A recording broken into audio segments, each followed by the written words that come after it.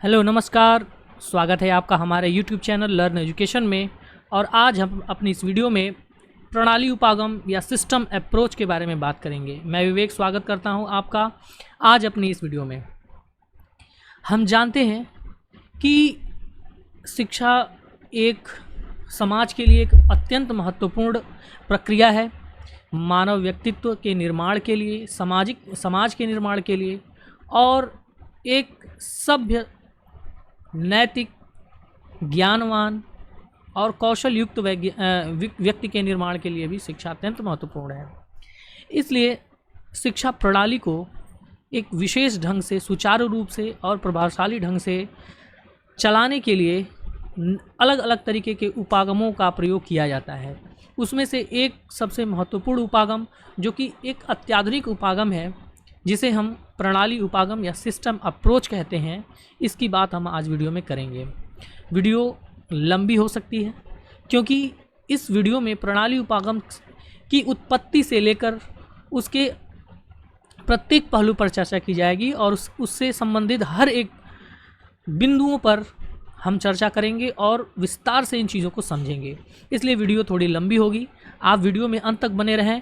निश्चय ही आप प्रणाली उपागम से संबंधित हर एक जानकारी को इस वीडियो में प्राप्त कर सकेंगे। तो आइए जल्दी से शुरू करते हैं अपनी इस वीडियो को। प्रणाली उपागम या सिस्टम अप्रोच।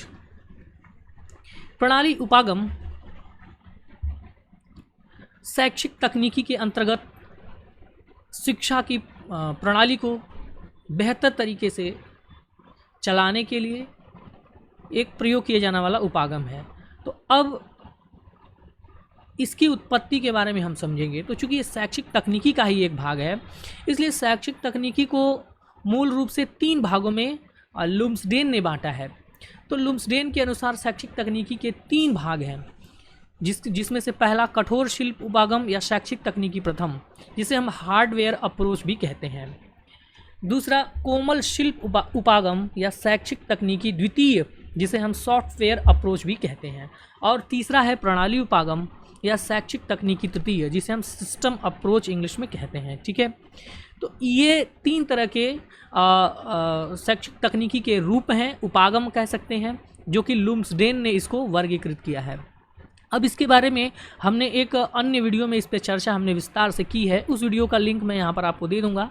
आप इसी प्लेलिस्ट, एजुकेशन टेक्नोलॉजी की जो प्लेलिस्ट है, उसी प्लेलिस्ट में ये वीडियो आपको मिल जाएगी।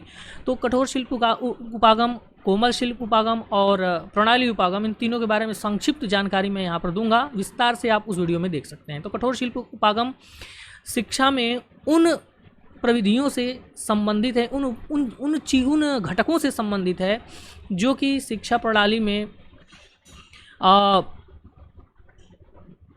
वस्तुओं के रूप में उपयोग होते हैं। जैसे हमारा शैक्षिक प्रणाली के अंतर्गत जितने भी कठोर वस्तुएं, नाम ही है कठोर शिल्प उपागम, हार्डवेयर अप्रोच, यानी कि जिसमें जैसे हमारा पुस्तकें हो गई, किताबें हो गई, है ना, ब्लैक बोर्ड हो गया, है ना, मल्टीमीडिया हो गए, है ना, पढ़ाने के लिए जितने भी उपकरण इस्तेमाल होते हैं, उन उपकरणों को कठोर शिल्प उपागम के अंतर्गत रखा जाता है और उसमें उससे संबंधित जितनी भी क्रियाएं हम कठोर शिल्प उपागम के अंतर्गत उन पर विचार करते हैं।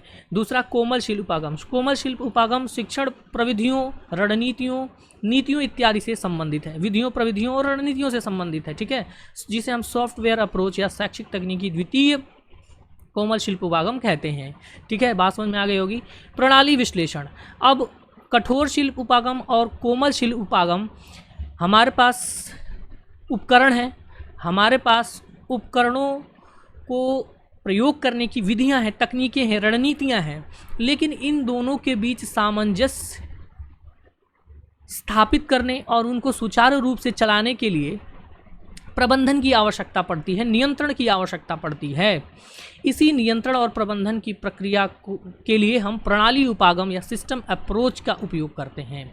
समझ में आ गया? तो प्रणाली उपागम नियंत्रण, प्रबंधन एवं समन्वयन की उपागम है, जो कि शिक्षा प्रणाली के सभी घटकों के बीच संबंध स्थापित करती है, उनमें एक सामंजस्य स्थापित करते हुए शिक्षण अधिगम की प्रक्रिया को चलाने में सहायता करती है, ऐसा आप कह सकते हैं। तो इसका मतलब हम ये कह सकते हैं कि शैक्षिक तकनीकी जो एजुकेशनल टेक्नोलॉजी है, इन्हीं 3 अप्रोचेस के बीच लगातार जो है इंटरेक्शन करती है, इंटरेक्शन और एनालिसिस करती रहती है ना, समझ में आ गया। तो इन्हीं 3 उपागमों के बीच लगातार अंतःक्रिया और विश्लेषण की विधि का नाम है शैक्षिक तकनीकी, जिसमें से आज हम इस तीसरी विधि, तीसरा उपागम जो कि प्रणाली उपागम है, इस पर चर्चा हम इस वीडियो में करेंगे, ठीक है ना। वीडियो में लास्ट तक बने रहिएगा। प्रणाली उपागम से संबंधित आप हर एक जानकारी को इस वीडियो में लेंगे।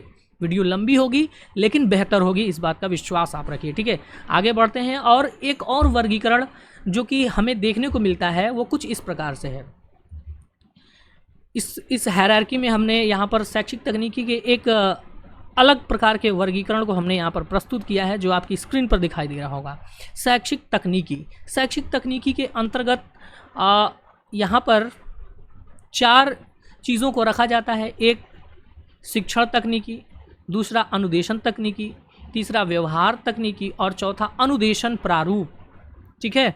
ये क्या होते हैं, संक्षिप्त रूप में हम समझ लेते हैं। शिक्षण तकनीकी, ध्यान दीजिएगा, शैक्षिक और शिक्षण में अंतर है। शैक्षिक तकनीकी, जिसे हम एजुकेशनल टेक्नोलॉजी कहते हैं, एक वृहत स्वरूप है जिसके अंतर्गत सब कुछ आ जाता है ना। शिक्षा से संबंधित हर एक पहलू शैक्षिक तकनीकी के अंतर्गत शामिल होते हैं, ठीक है।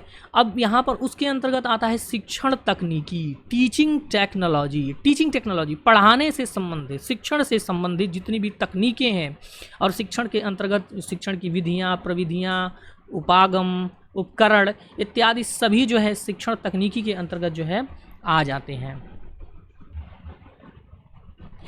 तो अब यहाँ पर बात करेंगे शिक्षण तकनीकी। मैंने अभी आपको बताया कि शिक्षण तकनीकी जो है उसके अंतर्गत शिक्षण नियोजन, शिक्षण व्यवस्था, मार्गदर्शन,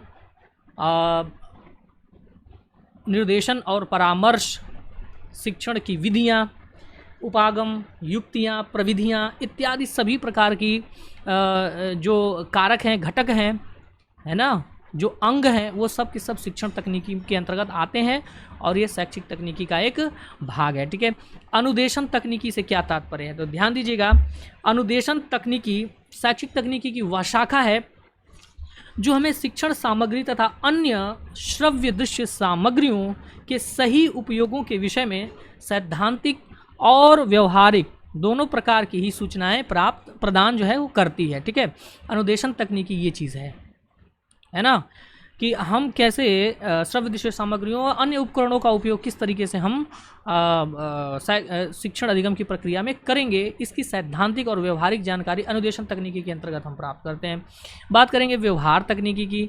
व्यवहार तकनीकी का से तात्पर्य क्या है, व्यवहार तकनीकी से तात्पर्य है कि किसी शिक्षण अधिगम की प्रक्रिया में सीखने और सिखाने की मनोवैज्ञानिक सिद्धांतों का उपयोग जो है व्यवहार तकनीकी के अंतर्गत आता है, ठीक है ना। शिक्षण अधिगम प्रक्रिया का क्या कार्य है, कार्य ये है कि विद्यार्थियों के व्यवहार में परिवर्तन लाया जाए, उसके लिए हमें मनोवैज्ञानिक विधियों का उपयोग करना पड़ता है, और व्यवहार तकनीकी हमें उन्हीं मनोवैज्ञानिक सिद्धांतों और विधियों के संबंध में जानकारी देती है। बात करेंगे अनुदेशन प्रारूप। अनुदेशन प्रारूप यहाँ पर 3 तरीके का होता है। एक होता है प्रशिक्षण मनोविज्ञान प्रारूप, ट्रेनिंग साइकोलॉजी डिज़ाइन, दूसरा संप्रेषण नियंत्रण प्रारूप, और चौथा है प्रणाली उपागम, जो कि हमें इसी को आज हमें समझना है, ठीक है। तो प्रणाली उपागम जो है वो अनुदेशन प्रारूप के अंतर्गत आता है। आइए हम इस अनुदेशन प्रारूप के तीनों अंगों को एक एक करके समझते हैं। तो सबसे पहली चीज़ प्रशिक्षण मनोविज्ञान प्रारूप। इसका जो प्रतिपादन है वो रॉबर्ट एम गेने और एल कॉटर व ग्लेशर ने किया। यह जो है कार्य विश्लेषण, जिसे हम वर्क एनालिसिस भी कहते हैं, और संबंधित प्रशिक्षण अवयवों पर अधिक ध्यान देता है ना, समझ में आ रहा है। यानी कि प्रशिक्षण से संबंधित जितनी भी चीज़ें हैं उनके घटकों, उन अवयवों, उन कंपोनेंट्स पर अधिक ध्यान देता है, और यह शैक्षिक तकनीकी के अदा पक्ष से संबंधित है। ये अदा का मतलब इनपुट, जिसे अंग्रेजी में कहेंगे ना, इनपुट डोमेन, ये हम कह सकते हैं कि इनपुट यानी जो हम शिक्षण की प्रक्रिया में जो इन्वेस्ट करते हैं, जो उनके अंदर इनपुट करते हैं, उससे संबंधित है। इसकी मान्यता यह है कि किसी कार्य के अवयव कौशलों को विकसित करने के लिए आवश्यक है। किसी कार्य के अवयव कौशलों को विकसित करने के लिए आवश्यक हैं, ये इसकी मान्यता है। अर्थात ये कार्य के द्वारा कार्य के को करने के लिए कौशलों को विकसित करने पर अधिक बल देती है, जिसे हम ट्रेनिंग, साइकोलॉजी, डिज़ाइन या प्रशिक्षण मनोविज्ञान प्रारूप कहते हैं। बात करेंगे संप्रेषण नियंत्रण प्रारूप की, तो ध्यान दीजिएगा, संप्रेषण नियंत्रण प्रारूप या जिसे हम साइबरनेटिक्स कहते हैं, ये संप्रेषण और पृष्ठपोषण पर आधारित है। इसके प्रवर्तक स्मिथ, वीनर व गुलीवोर्ड हैं, ठीक है ना।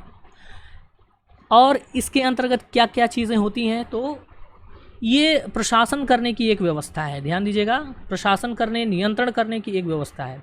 यह प्रारूप गतिशीलता और स्वचालन को लक्ष्य मानता हुआ इस बात पर जोर देता है ना, गतिशीलता और स्वचालन, सेल्फ रेगुलेशन जिसको कहेंगे, उसको लक्ष्य मानता हुआ इस बात पर जोर देता है कि संप्रेषण नियंत्रण की समस्त विधियां छात्रों के व्यवहार को नियंत्रित करके उनके व्यवहार में अपेक्षित परिवर्तन लाएं। कहने का मतलब ये है कि यह जो है संप्रेषण नियंत्रण प्रारूप यह मानता है कि इस बात पर जोर देता है कि जो विद्यार्थियों के व्यवहार को परिवर्तित करना है, उनके व्यवहार में नियंत्रण करना है, उसका आधार संप्रेषण, उचित संप्रेषण और एक बेहतर फीडबैक या पृष्ठपोषण है ना, उसके द्वारा ही हम विद्यार्थियों के व्यवहार में परिवर्तन ला सकते हैं। और यह शैक्षिक तकनीकी की प्रक्रिया पक्ष से संबंधित है, प्रोसेस, ठीक है ना। यानी कि हमने कुछ इन्वेस्ट किया, अब हमने कुछ इनपुट दिया और इनपुट का अब क्या होगा, प्रोसेस होगा, ठीक है। प्रोसेस के दौरान जो है क्या होता है, जो भी चीज़ें शिक्षण अधिगम की प्रक्रिया में इनपुट के रूप में जो है देते हैं, उस पर कुछ प्रक्रिया होती है, समझ में आ रहा है, और उस प्रक्रिया का कुछ आउटपुट मिलता है, ठीक है। और इसकी मान्यता ये है कि मनुष्य एक मशीन की भांति कार्य करता है, ठीक है। मशीन की भांति कार्य करने मतलब यदि हम कुछ इनपुट देते हैं तो वह उस पर कुछ प्रोसेस होगा और प्रोसेस के बाद कुछ आउटपुट हमें मिलेगा, समझ में आ रहा है। तो आउटपुट के लिए जो हमारा तीसरा अंग था, प्रणाली उपागम का संप्रत्यय, यानी प्रणाली उपागम। जो प्रणाली उपागम है ये जो है प्रदा पक्ष से संबंधित है, जिसके प्रवर्तक बंघाट, अनविन व चाइल्ड्स हैं। ध्यान दीजिएगा, नाम आप याद रखिएगा, है ना, अगर आप याद रख सकते हैं तो बंघाट, अनविन और चाइल्ड्स हैं। यह शैक्षिक तकनीकी के प्रदा पक्ष से संबंधित है, यानी आउटपुट से संबंधित है, ठीक है। आउटपुट यानी कि प्रणाली उपागम के द्वारा शिक्षण अधिगम की प्रक्रिया का आउटपुट यानी रिजल्ट जो हमें प्राप्त होता है, उस पर विशेष ध्यान देती है प्रणाली उपागम। प्रणाली उपागम जो है दो शब्दों से मिलकर बना है, प्रणाली और उपागम। ये प्रदा पक्ष पर विशेष ध्यान देता है कि हमें आउटकम क्या मिल रहा है, ठीक है। प्रणाली का अर्थ समग्रता से है। प्रणाली के बारे में हम आगे इस वीडियो में विस्तार से समझेंगे कि प्रणाली क्या है, सिस्टम क्या है। तो ध्यान दीजिएगा, सिस्टम क्या होता है। आप जैसे आपने किसी काम को करने का, जैसे कोई एक बड़ी सी कंपनी है, समझ में आ रहा है, बड़ी कंपनी है, मल्टीनेशनल कोई कंपनी है, उस कंपनी में आप देखते हैं कि कोई प्रोडक्ट जो है वो बनता है, बन के मिलता है हमें, लेकिन उस प्रोडक्ट को बनाने के लिए कुछ हमें कच्चा माल जो है यहाँ पर जो है रॉ मटेरियल जो है इनपुट के रूप में उसमें इन्वेस्ट करना होता है। लेकिन सिर्फ कच्चे माल से काम नहीं चलेगा, उसके लिए हमें उस कंपनी में कई सारे घटकों को स्थापित करना पड़ता है। कुछ मशीनें होती हैं, कुछ लोग होते हैं, है ना, उन लोगों को में कुछ कौशल होते हैं, उन कौशलों के आधार पर उन्हें वो उस कच्चे माल को एक जो है उपयोगी प्रोडक्ट के रूप में जो है चेंज करते हैं। उसके बाद ये प्रोडक्ट जो है आउटपुट के रूप में मार्केट में आता है, जो एक उत्पाद के रूप में हमारे सामने आ जाता है। बात समझ में आ गया नहीं आ गया। तो यहाँ पर जो है ये जो इनपुट दिया गया वो प्रशिक्षण मनोविज्ञान के रूप में, जो यहाँ पर कई लोगों ने, मशीनों ने, प्रबंधन ने, इन सब ने मिलकर जो प्रक्रिया की यहाँ पर, वो हमारा संप्रेषण नियंत्रण प्रारूप इस पर विशेष ध्यान देता है। लेकिन प्रोडक्ट या आउटपुट जो हमारा हो रहा है, उस पर प्रणाली उपागम विशेष ध्यान देता है, ठीक है। तो ये प्रणाली का अर्थ क्या हुआ, ये पूरा ये जो है ये पूरा जो आप देख रहे हैं, इनपुट, प्रोसेस, आउटपुट, इसके अंतर्गत बहुत सारी चीज़ें आ रही हैं, कई चीज़ें आ रही हैं। ये सभी चीज़ें मिलकर एक साथ किसी उत्पाद को बना रही हैं और ये एक प्रणाली की, ये सब की सब एक कंपनी के अंदर हो रही हैं, ठीक है। एक बड़ी कंपनी है, एक ऐसा फैक्ट्री है, उसके अंदर हो रहा है। उस फैक्ट्री में कई सारे घटक हैं, इसका मतलब ये घटक एक साथ एक मिलजुल कर कार्य कर रहे हैं, तो इस कंपनी को हम प्रणाली कहेंगे, एक सिस्टम कहेंगे, है ना। जो सिस्टम जब कार्य करता है तो उसके द्वारा कुछ वैल्यूएबल और यूज़फुल प्रोडक्ट हमें मिलता है, ठीक है। तो ये कंपनी क्या हो गई, एक प्रणाली हो गई, ठीक है। और अब उस प्रणाली के अंतर्गत जो जो घटक आ रहे हैं उनको हम उप प्रणाली कहेंगे। समझ में बात आई होगी, आगे हम इसको और भी समझेंगे, ठीक है। तो आप ध्यान दीजिएगा, प्रणाली का अर्थ यहाँ पर देखिए हमने लिखा भी हुआ है कि क्या है, समग्रता से है, टोटल, कुल, समझ में आ गया ना, जिसके सभी तत्व, अंग या घटक परस्पर संबंधित, गुम्फित और स्वनियंत्रित होते हैं, ठीक है। बात समझ में आ गया। तो यहाँ पर इसके जो घटक हैं वो परस्पर गुम्फित, संबंधित और स्वनियंत्रित हैं, एक दूसरे से जुड़े हुए हैं, उनको अलग हम नहीं कर सकते, ठीक है। आगे कह रहा है कि यह उपागम समग्रता में विश्वास करता है, संपूर्णता में विश्वास करता है। यह उपागम शिक्षण और प्रशिक्षण को सामाजिक और तकनीकी प्रक्रिया मानता है, ठीक है ना। यह उपागम ये मानता है कि प्रशिक्षण और शिक्षण दोनों एक दूसरे से जुड़े हुए हैं, दोनों आवश्यक हैं, और ये एक सामाजिक और तकनीकी प्रक्रिया है। छात्र केंद्रित उपागम प्रणाली उपागम कहलाता है, ठीक है। बात समझ में आ गई होगी, ठीक है। तो हम अब इसके आगे की चीज़ों को एक एक करके जो है हम समझेंगे। तो संक्षेप में यह कहा जाए तो यह उपागम समस्याओं के समाधान के लिए निर्णयों पर पहुंचने की विधि है, ठीक है। और यह विधि शिक्षण एवं प्रशिक्षण व्यवस्था को नए नए परिवर्तनों के अनुसार बढ़ाने और विकसित करने में सहायता करती है, ठीक है। तो वही चीज़ यहाँ पर हमने अभी जो समझाया वो है यहाँ पर, ठीक है। इस प्रणाली में शिक्षा को इस प्रकार समझा जाता है, इसके बारे में देखिए बताया गया कि इस प्रकार समझा जाता है कि इसमें कुछ अदा, जैसा कि मैंने अभी आपको समझाया ना, एक फैक्ट्री या कंपनी का उदाहरण लेके वही चीज़ यहाँ पर लिखा गया है। आधा तत्व के रूप में कुछ चीज़ें कार्य करती हैं, फिर एक प्रक्रिया से गुजरकर प्रदा के रूप में निकलते हुए शैक्षिक उद्देश्यों को प्राप्त कराते हैं। यानी जो प्रोडक्ट हमें मिलेगा, जो हमने उद्देश्य निर्धारित किया था, उस उद्देश्य के अनुसार प्रोडक्ट हमें आउटपुट मिल जाएगा। तो प्रणाली उपागम जो है शिक्षण प्रक्रिया को, जो शैक्षिक प्रक्रिया है, उसको एक मशीन की भांति मानता है, एक कंपनी की भांति मानता है, एक फैक्ट्री की भांति मानता है कि इसमें कुछ चीज़ें प्रवेश डाली जाएंगी, प्रोसेस होगा, प्रोडक्ट के रूप में हमें उपयोगी चीज़ें जो हैं वो मिल जाएंगी, ठीक है। आगे हम और भी इसको विस्तार से समझेंगे। आगे यह उपागम शिक्षा को सक्रिय उत्पादन प्रणाली का स्तर प्रदान करता है, ठीक है। सक्रिय उत्पादन प्रणाली, जैसे कि एक फैक्ट्री में चीज़ें बनती हैं, और शिक्षा को एक उत्पादन के रूप में प्रतिस्थापित करने का प्रयास करता है। ये सारी चीज़ें मैंने अभी आपको समझाई, ठीक है। आशा है आपको प्रणाली उपागम का कॉन्सेप्ट जो है वो समझ में आ गया होगा, और भी आगे वीडियो में हम इसके विस्तार से इसको हम अभी समझेंगे। तो बेसिक कॉन्सेप्ट आप यही है दिमाग में आप बना लीजिए कि ये जो है प्रणाली का मतलब यहाँ पर एक पूरे सिस्टम से है, जिसमें कई छोटे छोटे उप सब सिस्टम मिलके काम करते हैं और एक प्रोडक्ट को बनाते हैं। वही चीज़ यदि शिक्षा प्रणाली को मान लिया जाए तो क्या हो, ठीक है। तो जब यही प्रणाली उपागम को शिक्षा में हम उपयोग करते हैं तो शिक्षा भी एक मशीन की, एक कंपनी की भांति हो जाती है, जिसमें कुछ चीज़ें हम इन्वेस्ट करते हैं इनपुट के रूप में, उस पर कुछ प्रक्रिया होती है, कुछ प्रोसेस होते हैं, है ना। और प्रोसेस के बाद हमें एक वैल्यूएबल, एक उपयोगी, एक आवश्यक प्रोडक्ट के रूप में हमें चीज़ें मिलती हैं, और वो विद्यार्थियों के गुण, कौशल इत्यादि होते हैं, ठीक है। उसको हम आगे आने वाले वीडियो में समझेंगे। तो ठीक है, चलते हैं अगली स्लाइड पे। और प्रणाली उपागम को डॉक्टर SP कुलश्रेष्ठ ने समझाते हुए लिखा है कि प्रणाली उपागम एक ऐसी संकल्पना है, यह एक ऐसा शैक्षिक उपकरण है।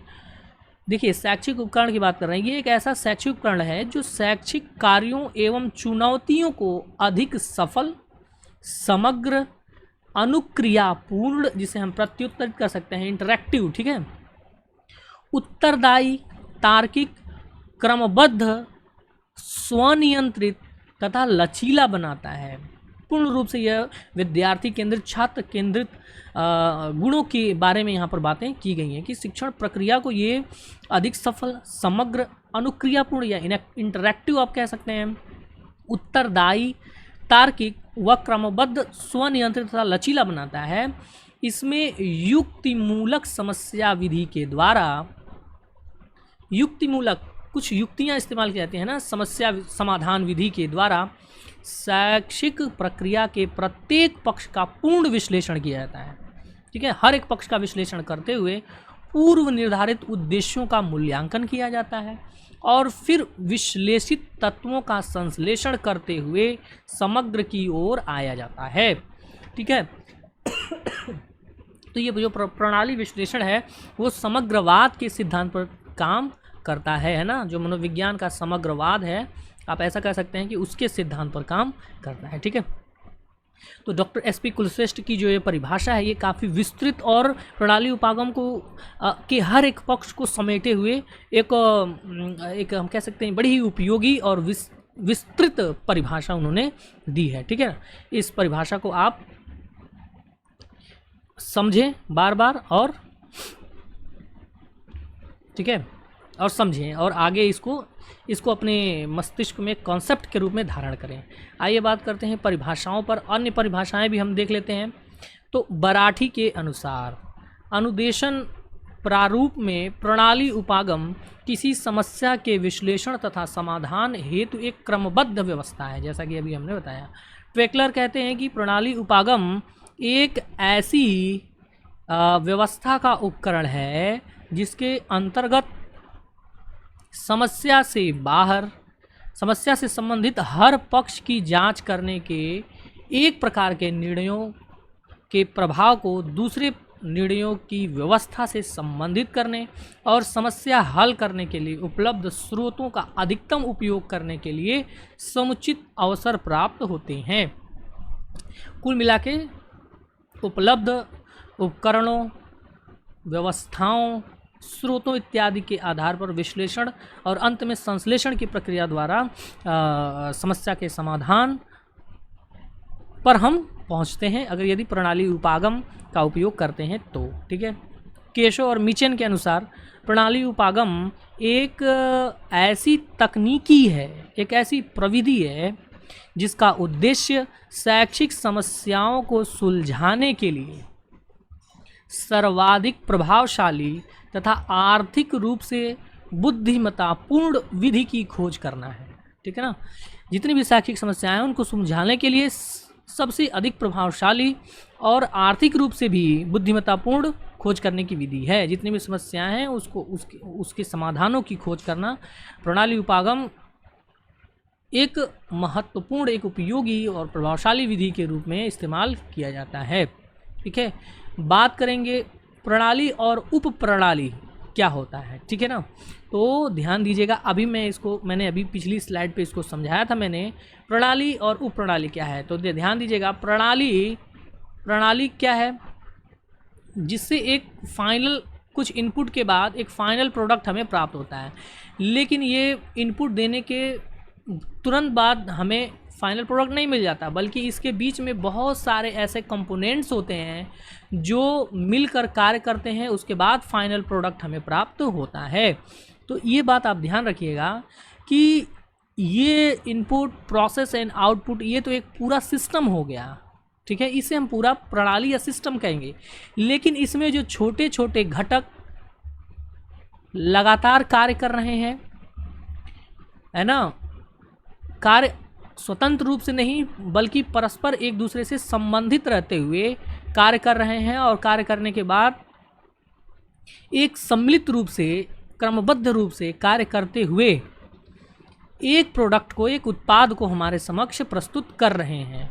तो ये जो छोटे छोटे घटक हैं प्रणाली के अंदर, यही उप प्रणाली या सब सिस्टम कहलाते हैं। प्रत्येक उप प्रणालियाँ अपने आप में स्वतंत्र होती हैं। जैसे कंपनी के अंदर एक उदाहरण की बात करें तो कंपनी तो एक प्रणाली हो गई जिसमें से कुछ प्रोडक्ट मिल रहा है, लेकिन इसके अंदर आप देखेंगे कि कई डिपार्टमेंट्स होते हैं, जैसे कि क्वालिटी डिपार्टमेंट हो गया जो गुणवत्ता को नियंत्रित करता है, प्रोडक्शन डिपार्टमेंट हो गया जो कि उत्पादों में जो प्रक्रिया, उत्पादों को निर्मित करने की जो प्रक्रिया चलती है उस प्रक्रिया को नियंत्रित करता है। प्रशासन और प्रबंधन, मैनेजमेंट हो गया, जो कि कंपनी के अंदर कर्मचारियों को जो है नियुक्त करना, उनको सैलरी देना, उनको कौशलों की व्यवस्था करना इत्यादि, ये सभी चीज़ें मिलके काम कर रही हैं। समझ में आ रहा है? तो ये जो छोटे छोटे घटक हैं ये सब सिस्टम हैं, अपने आप में स्वतंत्र हैं लेकिन एक दूसरे से संबंधित भी हैं और एक दूसरे से मिलकर एक फाइनल, एक निर्धारित उद्देश्य को, जो कि एक प्रोडक्ट है, उसको उत्पादित करने में, उसको बनाने में एक साथ मिलकर कार्य कर रहे हैं। ठीक है ना? तो यही सब सिस्टम हो गया। उसके अंदर जो मैनेजमेंट है, क्वालिटी डिपार्टमेंट है, प्रोडक्शन डिपार्टमेंट है, मेंटेनेंस डिपार्टमेंट है, मशीनें हैं, कर्मचारियों का समूह है, मैनेजमेंट है, प्रशासन और प्रबंधन है, ये सब का सब सिस्टम है। समझ में बात आ गई होगी। आइए अब इसकी थ्योरी पर चलते हैं। ठीक है? तो प्रणाली एक ऐसी व्यवस्था को व्यक्त करता है जिसका अभिप्राय क्रमबद्ध संगठन से होता है। ठीक है ना? बात समझ में बता दिया, क्रमबद्ध संगठन से होता है। इसमें प्रत्येक भाग का दूसरे भाग से स्पष्ट संबंध होता है और यही संपूर्ण या समग्र का निर्माण करता है ना? इसका शाब्दिक अर्थ ऐसी वस्तुओं का योग जो कि किसी सतत चलने वाली अंतः क्रिया या परस्पर आश्रित क्रियाओं द्वारा नियंत्रित व संचालित होते हैं, ये प्रणाली कहलाता है। ठीक है? समझ में आ गया ना? जैसा कि मैंने अभी आपको समझाया, ऐसी वस्तुओं का योग है, ऐसे छोटे छोटे सब सिस्टम का योग है जो किसी सतत चलने वाली अंतः क्रिया या परस्पर आश्रित क्रियाओं द्वारा नियंत्रित और संचालित होते हैं। ठीक है? यानी प्रणाली के अंदर छोटे छोटे कई ऐसी वस्तुओं, ऐसे घटकों का योग होता है। ठीक है? अर्थात प्रणाली विभिन्न भागों का कुल योग है। यहाँ पर देखिए, है ना? वो भाग कौन से हैं, उन्हीं को तो सब सिस्टम कहेंगे। ठीक है ना? जो मूल आवश्यकताओं की पूर्ति के लिए, जो हमने आवश्यकता के लिए जो हमने प्रणाली का निर्माण किया था, उसकी पूर्ति के लिए स्वतंत्र रूप से किंतु साथ मिलकर, जो कि मैंने अभी आपको समझाया, ठीक है ना, स्वतंत्र रूप से किंतु एक साथ मिलकर कार्य करते हैं, तो वो बनती है प्रणाली। ठीक है ना? अब कुछ परिभाषाएं भी यहाँ पर हैं, आप इसको अपने एग्जाम में लिख सकते हैं। रॉब के अनुसार प्रणाली तत्वों का एक ऐसी क्रमबद्ध व्यवस्था है जो विशिष्ट विधि से कार्य करती हुई अपने लक्ष्य तक पहुंचने में सक्षम होती है। ठीक है? उसके बाद आरएल एकोफ कहते हैं कि यह प्रणाली एक समुच्चय है, एक समुच्चय है, कई चीज़ों का, छोटे छोटे घटकों का एक सेट है, कंपोनेंट्स का सेट है, जिसमें विभिन्न तत्वों की क्रमबद्ध व्यवस्था है। और ये जो घटक हैं वो एक सिस्टमेटिक तरीके से, क्रमबद्ध तरीके से व्यवस्थित हैं, एक दूसरे से संबंधित रहते हुए मिलजुल कर कार्य कर रहे हैं और निर्धारित उद्देश्य को प्राप्त करने में सहायता कर रहे हैं। और ये तत्व परस्पर संबंधित व परस्पर आश्रित रहते हैं। ठीक है? तो ये हो गई प्रणाली। इन सभी आश्रित घटकों के योग से प्रणाली का निर्माण होता है। अब बात करेंगे प्रणाली के मूल तत्वों की। तो ध्यान दीजिएगा, प्रणाली के 4 मूल तत्व होते हैं। एक, जैसा कि मैंने आपको बताया, अदा है ना, एक अदा हो गई। दूसरा हो गया प्रक्रिया, दूसरा क्या हो गया, प्रक्रिया हो गई। तीसरा प्रदा है ना, ये प्रदा हो गया। ठीक है? और चौथा जो है, इन सभी को, ये सभी चीज़ें जहाँ पर घटित हो रही हैं, ये जाहिर सी बात है, अदा प्रदा प्रक्रिया किसी कहीं घटित तो होंगी, कहीं तो ये चल ही रही हैं, तो उस वातावरण, वो वातावरण, ठीक है, जहाँ पर ये अदा प्रक्रिया और प्रदा चल रहा है, वो वातावरण इसका चौथा भाग है। और ये सभी मिलकर, अदा प्रक्रिया प्रदा और वातावरण मिलकर एक सिस्टम का निर्माण करते हैं, एक प्रणाली का निर्माण करते हैं। बात समझ में आ गई होगी? ठीक है ना? तो ये एक तरह का, ये कंपनी की तरह नहीं दिख रहा आपको, एक ऐसा कंपनी, लेकिन यहाँ जो शिक्षण प्रक्रिया है वो एक कंपनी नहीं है, ये एक सामाजिक कार्य है। तो सिस्टम 2 तरीके के हो सकते हैं। एक तो भौतिक फिजिकल सिस्टम, ऐसा सिस्टम जो कि हमें प्रत्यक्ष रूप से दिखाई देता है, लेकिन एक ऐसा सिस्टम हो सकता है जिसे हम सोशल सिस्टम कहते हैं, सामाजिक सिस्टम, सामाजिक प्रणाली। सामाजिक प्रणाली हमें दिखती नहीं है मगर होती है, इसमें कोई बाउंड्री नहीं होती। जैसे फिजिकल सिस्टम है, कोई भौतिक कोई कंपनी है, तो उसकी बाउंड्री हमें देखिएगी कि उसकी 4 दीवारी के अंदर सारा काम हो रहा है। लेकिन जो सोशल सिस्टम होते हैं, सामाजिक प्रणालियाँ होती हैं, उन सामाजिक प्रणालियों में हमें बाउंड्री नहीं दिखती, लेकिन उसमें ये अदा, प्रक्रिया और प्रदा एक वातावरण के अंतर्गत चल रहे हैं, इसलिए हम सामाजिक प्रणालियों को भी प्रणाली के अंतर्गत जो है रखते हैं। ठीक है ना। आशा है आपको मेरी बातें समझ में आ रही होंगी। ठीक है, चलिए आगे बढ़ते हैं और आगे की चीज़ों को समझते हैं। अब बात करेंगे उप प्रणाली की। सब सिस्टम तो मैंने अभी आपको समझा रखा है, वही बातें यहाँ पर लिखी हुई हैं। प्रत्येक प्रणाली के तत्व प्रत्येक प्रणाली में तत्व और चर होते हैं ना, जो कि छोटे छोटे घटक जो भाग हैं। तो प्रणाली में जो मूर्त व सुनिश्चित सामग्रियां जो गुण और विशेषताओं से युक्त होती हैं, तत्व कहलाती हैं। जो मूर्त और सुनिश्चित सामग्रियां हैं जिनमें कुछ गुण और विशेषताएं हैं, उन्हें हम कहेंगे तत्व। परंतु चर क्या है, प्रणाली में चर क्या है? इन तत्वों पर विशेष समय में परिवर्तनों और प्रभावों का ज्ञान प्रदान करते हैं। ठीक है ना। यानी तत्वों पर कुछ चीज़ें ऐसी होती हैं जिनका प्रभाव पड़ता है, उन्हें हम चर कहते हैं प्रणाली के अंतर्गत। ठीक है। तो किसी प्रणाली के तत्वों को उस प्रणाली की उप प्रणाली कहते हैं।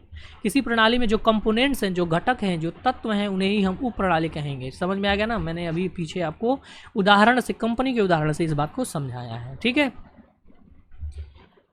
डॉक्टर श्रीवास्तव के अनुसार डॉक्टर श्रीवास्तव उप प्रणाली के संबंध में परिभाषा देते हैं कि एक समग्र प्रणाली अपने अंतर्गत आने वाले घटकों एवं उप प्रणालियों का एक समुच्चय है। ठीक है। कोई समग्र प्रणाली जिसे हम सिस्टम कहेंगे, उसके अंदर आने वाले घटकों और उप प्रणालियों का क्या है? एक समुच्चय। अर्थात उप प्रणालियाँ अपना स्वतंत्र अस्तित्व रखते हुए, अपना कार्य संपन्न करते हुए, अन्य उप प्रणालियों के साथ समन्वय रखते हुए समग्र प्रणाली के उद्देश्यों की प्राप्ति में अपना योगदान करती रहती हैं, देती रहती हैं। ठीक है। तो इसका मतलब ये हुआ कि उप प्रणालियों के योग से, उनके मिलने से प्रणाली का निर्माण होता है। ये उप प्रणालियाँ परस्पर स्वतंत्र होती हैं, लेकिन एक दूसरे के साथ सामंजस्य के साथ मिलजुल कर कार्य करती हैं और प्रणाली के जो निर्धारित उद्देश्य हैं उनको प्राप्त करने में अपना योगदान देती हैं। इन्हें हम सब सिस्टम या उप प्रणाली कहते हैं। तो क्रास्ट एंड रोजविन ने उप प्रणालियों को 5 वर्गों में विभाजित किया है। कई सारे शिक्षा शास्त्रियों ने इसको वर्गीकृत किया है, जिसमें से क्रास्ट और रोजविन की उप प्रणालियों के 5 वर्गों को यहाँ पर जो है दिखाया गया है आपके सामने। तो पहला जो सब सिस्टम है वह है लक्ष्य तथा मूल्य उप प्रणाली। लक्ष्यों और मूल्यों को निर्धारित करने वाली जो उप प्रणालियाँ हैं। ठीक है। दूसरा मनोवैज्ञानिक उप प्रणाली। ठीक है। तीसरी जो है वो तकनीकी उप प्रणाली या टेक्निकल सब सिस्टम। चौथा है जो संरचनाकृत उप प्रणाली, स्ट्रक्चरल सब सिस्टम। और 5वां है व्यवस्थापन और प्रबंधीकरण उप प्रणाली, जिसे हम मैनेजरियल सब सिस्टम कहते हैं। तो किसी भी प्रणाली के ये 5 उप प्रणालियाँ जो है वो होती हैं, ऐसा क्रास्ट एंड रोजविन ने जो है बताया है। ठीक है। आशा है आपको उप प्रणाली की बातें समझ में आ गई होंगी। ठीक है ना। आगे बढ़ते हैं और आगे की चीज़ों को समझने का प्रयास करते हैं। तो उत्पादन के लिए किसी भी प्रणाली की समस्त उप प्रणालियों में परस्पर समन्वय व सहयोग और उद्देश्यों की प्राप्ति के लिए निष्ठापूर्वक एवं समर्पित भावना के साथ कार्य करना अनिवार्य है। ठीक है ना। यानी जितनी भी उप प्रणालियाँ हैं ये परस्पर एक दूसरे के साथ सामंजस्य के साथ, परस्पर समन्वय के साथ, सहयोग के साथ कार्य करेंगी, तभी हम उस प्रणाली के निर्धारित उद्देश्यों को प्राप्त कर पाएंगे। इस बात का ध्यान रखना है। तो उप प्रणालियाँ परस्पर संबंधित ही होती हैं, मिलजुल कर कार्य करती हैं। ठीक है। आइए आगे बढ़ते हैं और आगे की चीज़ों को समझते हैं। अब जो यहाँ पर प्रणाली है वो प्रणाली 2 प्रकार की होती है। काफ़ी इंपॉर्टेंट है, इसको आप ध्यान रखिएगा। प्रणाली कितने प्रकार की होती है? 2 प्रकार की। एक जिसे हम खुली प्रणाली कहते हैं और दूसरा जिसे हम बंद प्रणाली कहते हैं, ओपन सिस्टम, और दूसरा क्लोज्ड सिस्टम। ठीक है। तो इन दोनों को हम एक एक करके समझते हैं। तो ये ओपन और क्लोज्ड बना कैसे, 2 प्रकार हुआ कैसे? तो कोई भी प्रणाली होती है, ध्यान दीजिएगा, अभी मैंने आपको समझाया कि कोई भी प्रणाली होती है उसकी एक बाउंड्री होती है। ठीक है ना। बाउंड्री होती है। अब यह प्रणाली भौतिक प्रणाली भी हो सकती है, जिसकी बाउंड्री हमें दिखाई देती है, जिसकी बाउंड्री हमें स्पष्ट रूप से दिखाई देगी। जिस सिस्टम की, उसे हम भौतिक प्रणाली या फिजिकल सिस्टम कहेंगे, लेकिन सोसाइटी में जो सिस्टम चलता है, हमारे समाज में जो भी प्रणाली चलती है उसे हम सामाजिक प्रणाली कहते हैं। उसमें चार दीवारी या बाउंड्री हमें दिखाई नहीं देती, परंतु वो होती है। समझ में आ गया? ठीक है ना। तो हर एक प्रणाली एक चार दीवारी से घिरी होती है। वह चार दीवारी प्रणाली के बाहर प्रणाली और परिवेश में समुचित संबंध बनाए रखने में सहायता करती है। यानी ये जो बाउंड्री है, ये बाहर के परिवेश और अंदर की प्रक्रियाओं में परस्पर जो है संबंध बनाए रखने में जो है वह सहायता करती है। और यही बाउंड्री प्रणाली के को दो भागों में विभाजित करने के आधार बनती है। ठीक है, यही चार दीवारी। तो खुली और बंद या मुक्त प्रणाली के बारे में हम आइए समझते हैं। देखिए, जैसे कि मैंने बताया, भौतिक प्रणालियों में चार दीवारी तो दिखाई देती है, परंतु सामाजिक प्रणालियों में इस चार दीवारी को देखा नहीं जा सकता, क्योंकि यह कोई रेखा या दीवार नहीं होती है जो प्रणाली को परिभाषित कर सके। चार दीवारी के अंदर क्या है। ठीक है, वही चीज़ मैंने जो बताया वो यहाँ पर व्यक्त किया गया है। आगे की बात समझते हैं। दो प्रकार की बाउंड्री के आधार पर, बंद प्रणाली और खुली प्रणाली। तो आइए हम एक एक करके दोनों प्रणालियों पर विस्तार से चर्चा जो है वो करते हैं। ठीक है ना। तो सबसे पहली बात, बंद या मुक्त प्रणाली, जिसको हम क्लोज्ड सिस्टम कहते हैं। क्लोज्ड सिस्टम क्या है? तो ध्यान दीजिएगा, क्लोज सिस्टम क्या है। हमने समझा कि प्रणाली के बाहर एक चार दीवारी होती है, एक बाउंड्री होती है। ठीक है ना। और इसके अंदर कोई भी प्रोसेस जो है चलता रहता है।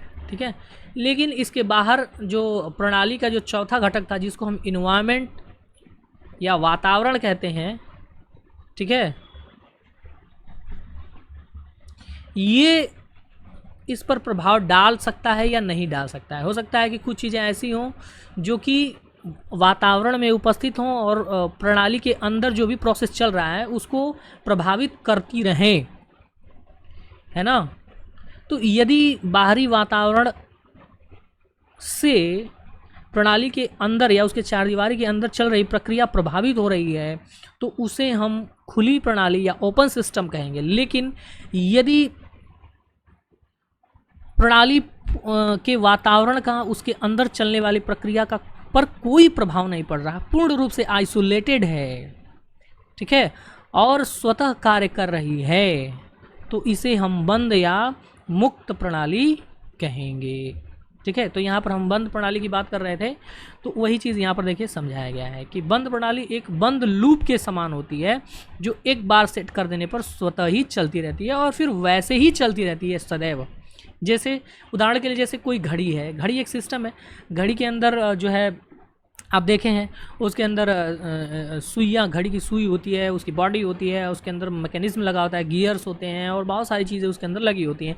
तो ये सभी कंपोनेंट्स सब सिस्टम है और उस सब सिस्टम एक साथ मिल के जो है उसमें बैटरी लगी हुई है, सारी चीज़ें मिल के घड़ी को चला रहे हैं, हमें टाइम दिखने को दिखाई दे रहा है। ठीक है ना। तो यहाँ पर चूँकि घड़ी का बाहरी वातावरण, घड़ी में जो प्रक्रिया चल रही है उसका बाहरी वातावरण का प्रभाव घड़ी के अंदर कुछ नहीं पड़ने वाला है। वो एक बार उसमें हमने सेल लगा दिया, वो चल रहा है। ठीक है ना, बात समझ में आ रहा है। बाहर से उसका कोई प्रभाव पड़ने वाला नहीं है, तो उसके अंदर की सारी प्रक्रियाएं चल रही हैं। तो ये क्या है, घड़ी एक बंद या मुक्त प्रणाली कही जाएगी, है ना। जैसे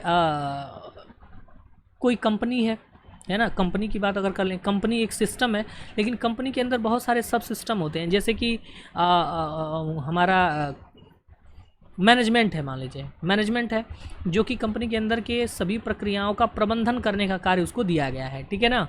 अब ये जो मैनेजमेंट है, ये सर्वोच्च सबसे ऊपर वाला मैनेजमेंट है।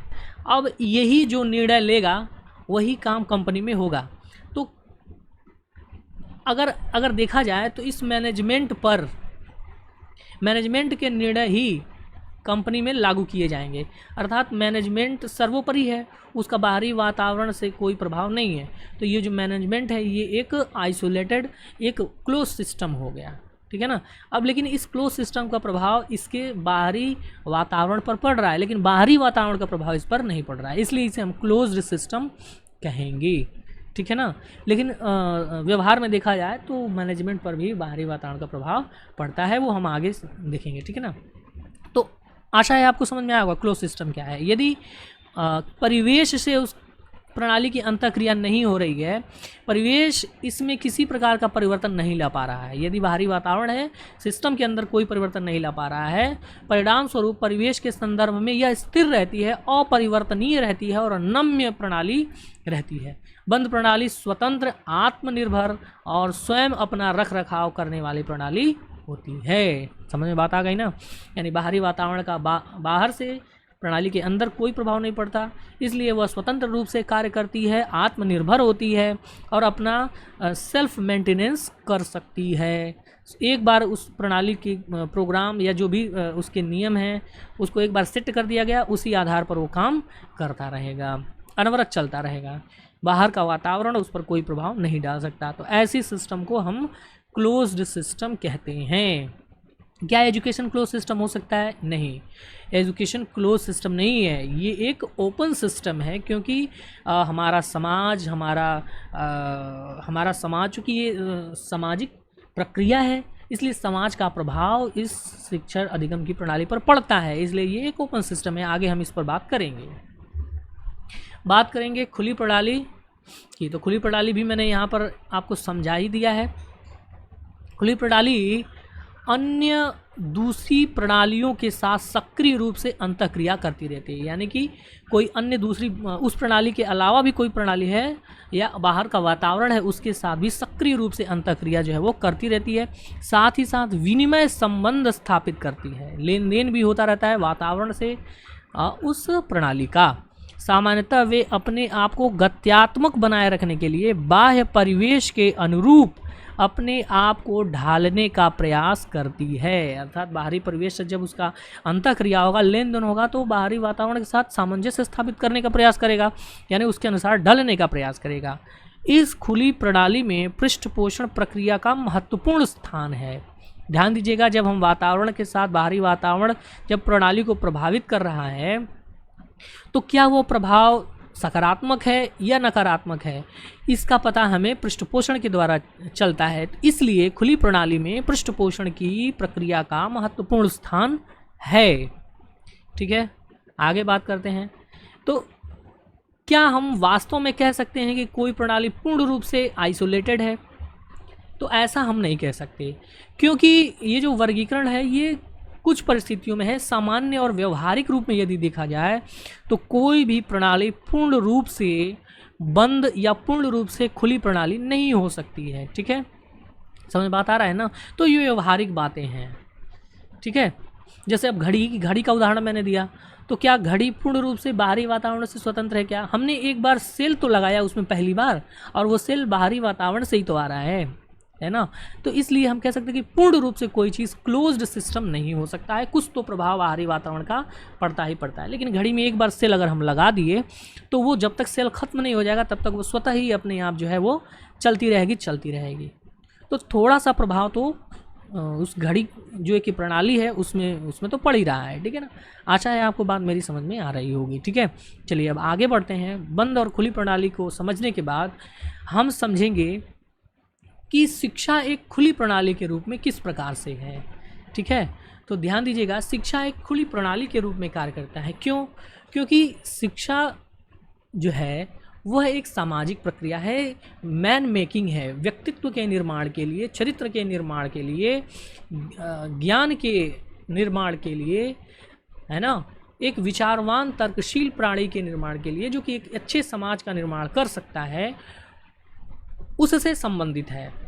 इसलिए हम उसी समाज के अनुसार विषय वस्तु, पाठ्यक्रम, प्रबंधन, शिक्षकों और छात्रों की उपलब्धता शिक्षा प्रणाली में होती है ना। शिक्षकों और छात्रों के लिए जो पाठ्यक्रम या विषय वस्तुएं होती हैं, जो शिक्षण विधियां होती हैं, वो कहीं ना कहीं बाहरी वातावरण या समाज के अनुरूप, उसके अनुसार ही शिक्षा प्रणाली में शामिल की जाती हैं। तो यह एक क्लोज सिस्टम कैसे हो सकता है? ये क्लोज सिस्टम नहीं है, बल्कि ये एक ओपन सिस्टम या खुली प्रणाली ही है। ठीक है ना? तो उसी तरह उसी चीज़ को यहाँ पर समझाया गया है कि शिक्षा एक खुली प्रणाली के रूप में छात्रों, शिक्षकों, पाठ्यक्रम, विषय वस्तु तथा अनुदेशनात्मक उद्देश्यों के मूल्यांकन आदि को विभिन्न तत्वों के रूप में समेटे रहती है। ठीक है, शिक्षा प्रणाली उपागम में इन सभी तत्वों की अंतःक्रिया में संप्रेषण और नियंत्रण के लिए शिक्षण अधिगम प्रक्रिया उत्तरदायी मानी जाती है। इस संदर्भ में शिक्षा प्रणाली शिक्षक, छात्र तथा शिक्षण से मिलकर बनती है। ठीक है ना, शिक्षा प्रणाली कैसे मिलेगी? शिक्षक, छात्र और शिक्षण से मिलकर शिक्षा प्रणाली बनती है और एक विशिष्ट प्रकार की अंतःक्रिया के पैटर्न पर विकसित रहती है।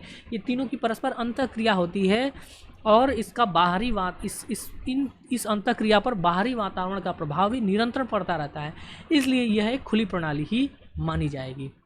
शिक्षा सदैव उस नवीन विचारधारा और नई तकनीक का उपयोग करती है जो कि अभी खोजी गई हैं। समझ में आ रहा है ना?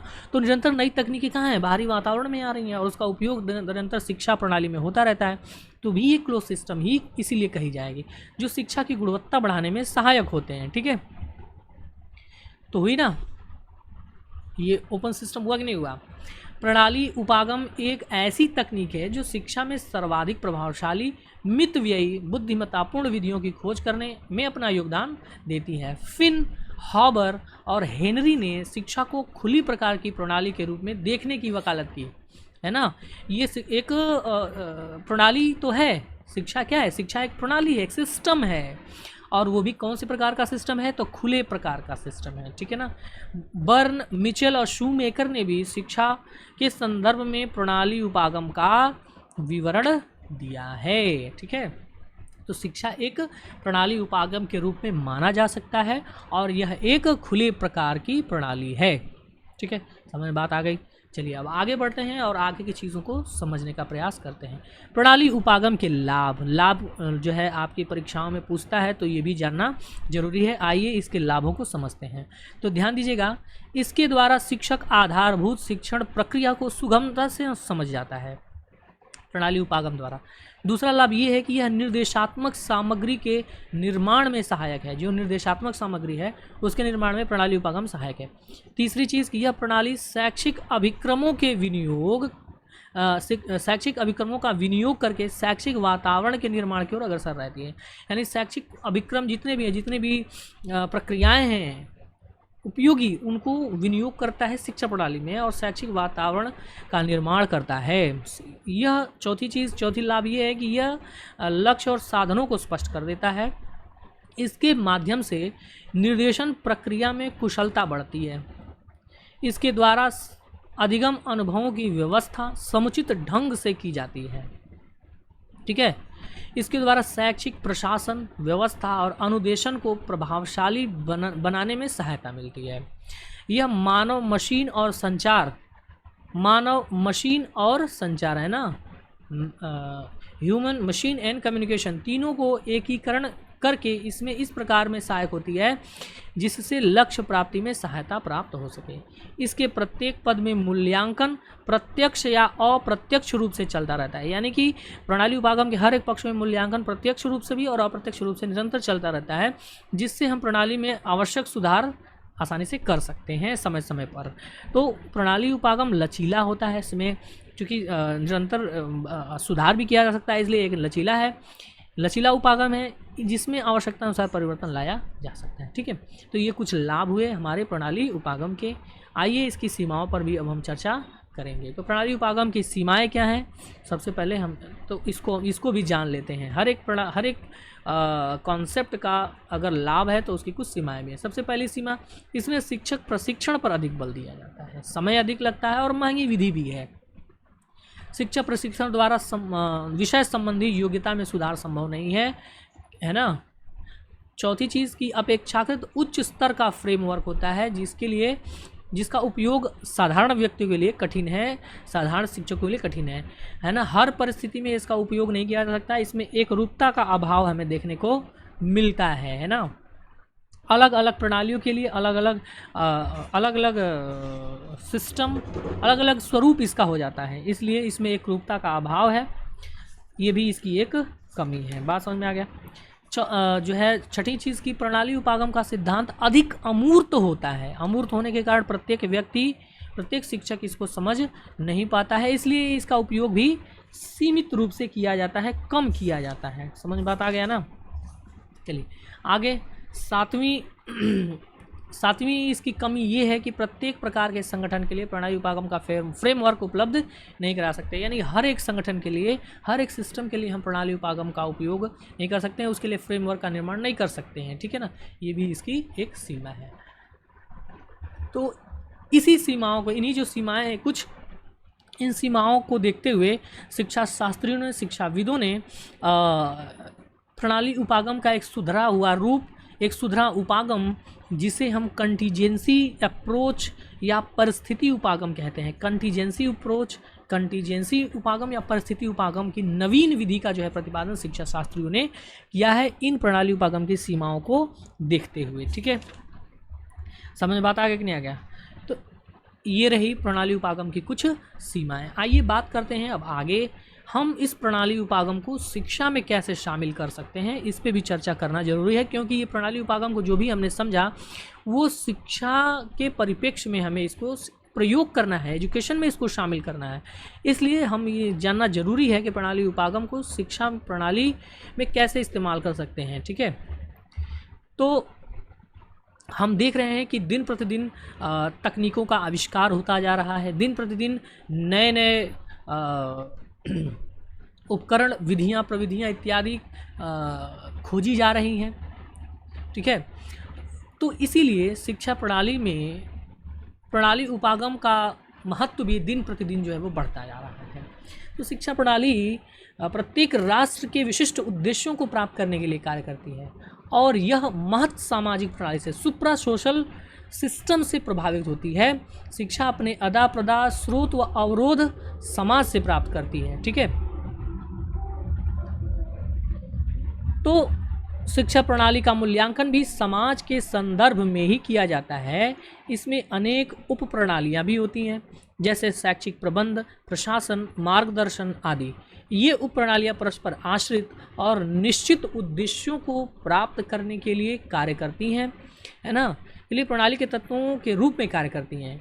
इन समस्त उप प्रणालियों में अंतःक्रियाएँ चलती रहती हैं। ये मिलजुल कर सम्मिलित रूप से महत् सामाजिक प्रणाली के वृहत उद्देश्यों को पूरा करने में सहायता प्रदान करती हैं। जो महत् सामाजिक प्रणाली है, विस्तृत सामाजिक प्रणाली है, उसका एक उद्देश्य है, एक राष्ट्र का एक उद्देश्य है और उस उद्देश्य को प्राप्त करने में शिक्षा प्रणाली जो है सहायता करती है। तो यदि हम एजुकेशन में को एक प्रणाली के रूप में देखें, एक प्रणाली के रूप में माने, तो जो शैक्षिक, जो राष्ट्र के उद्देश्य हैं, जो समाज का उद्देश्य है, जो महत् उद्देश्य है, उसको प्राप्त करने में एजुकेशन महत्वपूर्ण भूमिका अदा करता है, निभाता है। तो इसलिए यदि हम शिक्षा को प्रणाली के रूप में समझेंगे तो जो उद्देश्य, जो कि हमारे प्रदा है, जो आउटपुट है, वह हमें बेहतर प्राप्त होगा, ठीक है ना। इसलिए शिक्षा में प्रणाली उपागम का महत्व निरंतर दिन प्रतिदिन जो है वो बढ़ता जा रहा है, ताकि हम अपने वृहत उद्देश्यों को पूरा करने में सफल हो सके, उनको प्राप्त कर सके, ठीक है।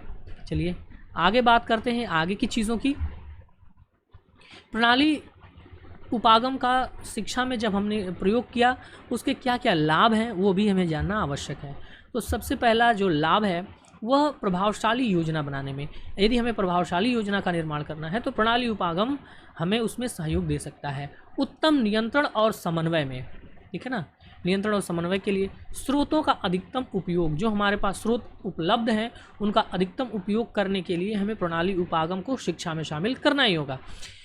चौथी चीज़ गुणवत्ता नियंत्रण पर, है ना, चूँकि प्रणाली के रूप में हम शिक्षा को मान रहे हैं तो गुणवत्ता नियंत्रण भी प्रणाली उपागम के द्वारा हो सकता है। अनुदेशन प्रणाली में सुधार किया जा सकता है। प्रशासन और प्रबंधन को प्रभावशाली यदि बनाना है तो भी इस प्रणाली उपागम को शिक्षा में शामिल करना होगा। उसके बाद शैक्षिक संसाधनों का प्रभावशाली ढंग से उपयोग करना प्रणाली उपागम हमें सिखाता है। व्यक्तित्व निर्माण और निर्देशन सेवाओं में भी प्रणाली उपागम सहायक है। शिक्षक परीक्षण के क्षेत्र में भी, उसके परीक्षण और प्रशिक्षण के क्षेत्र में भी प्रणाली उपागम सहयोग प्रदान करता है। औपचारिक और अनौपचारिक शिक्षा में सुधार प्रदान करता है।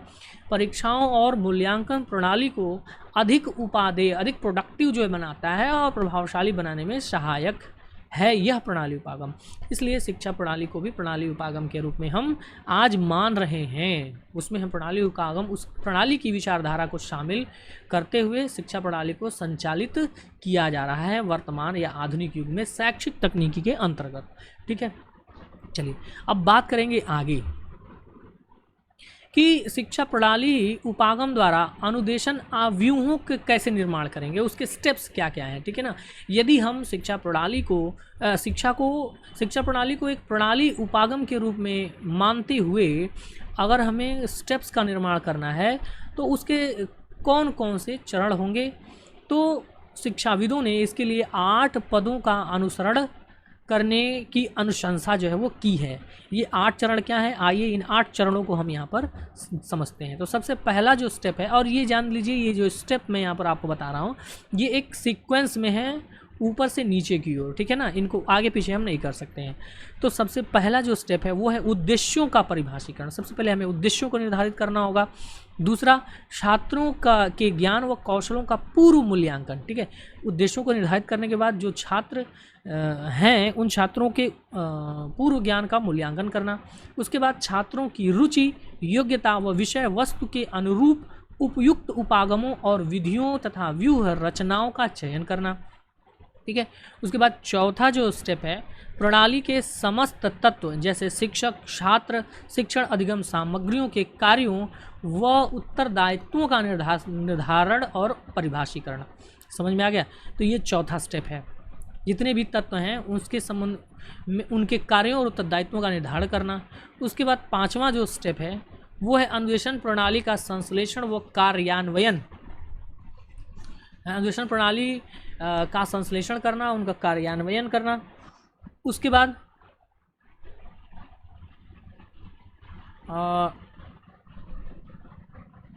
प्रणाली की जो है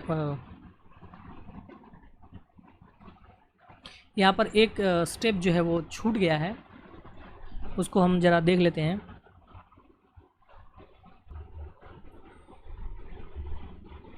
तो यहाँ पर ये जो चौथा स्टेप था वो छूट गया था।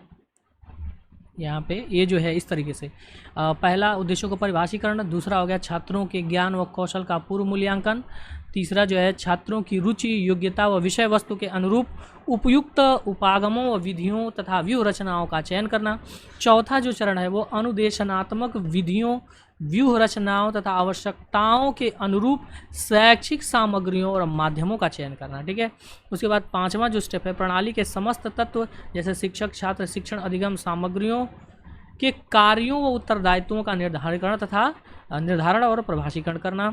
छठा जो स्टेप है वो अनुदेशन प्रणाली का संश्लेषण व कार्यान्वयन करना, किसके उद्देश्यों के संदर्भ में। ठीक है, उसके बाद सातवां जो स्टेप है प्रणाली की प्रमाणिकता की जांच हेतु परिभाषाओं का मूल्यांकन करना। ठीक है, प्रणाली हमारी कितनी सही है उसकी जांच हेतु परिभाषाओं का मूल्यांकन करना। और अंत में जो सबसे अंतिम स्टेप है वो परिणामों का विश्लेषण व प्रणाली का परिमार्जन करना। ठीक है, परिणामों का विश्लेषण और प्रणाली का परिमार्जन करना, ये हमारा जो अंतिम स्टेप है। और इन 8 स्टेप्स को फॉलो करते हुए हम शिक्षा में प्रणाली उपागम के आधार पर अनुदेशन आव्यूहों का निर्माण कर सकते हैं, इंस्ट्रक्शनल स्ट्रेटजी का जो है निर्माण हम कर सकते हैं। तो इस तरीके से हमने अपनी आज की इस वीडियो में प्रणाली उपागम के समस्त पहलुओं पर चर्चा की, उसके प्रत्येक घटकों को हमने समझा और उसको व्यवहारिक रूप में लागू करना भी हमने यहाँ पर सीखा। ठीक है, आशा है वीडियो आपको अच्छी लगी होगी। अगर अच्छी लगी हो तो हमारे इस चैनल को सब्सक्राइब ज़रूर कर लीजिए। इस तरीके की वीडियो आपको निरंतर जो है एजुकेशनल वीडियोस जो है आपको निरंतर जो है मिलती रहेंगी और आप अपने ज्ञान में, अपने कौशलों में, अपनी स्किल्स में जो है सुधार कर पाएंगे और अच्छे से अच्छा स्कोर कंपटीशंस में, आपके सेमेस्टर एग्ज़ाम्स में कर पाएंगे। तो यदि आप हमारे चैनल पर नए हैं तो चैनल सब्सक्राइब जल्दी से कर लीजिए और वीडियो में अंत तक बने हैं तो इसके लिए आपका बहुत बहुत धन्यवाद। नमस्कार, शुभ दिन।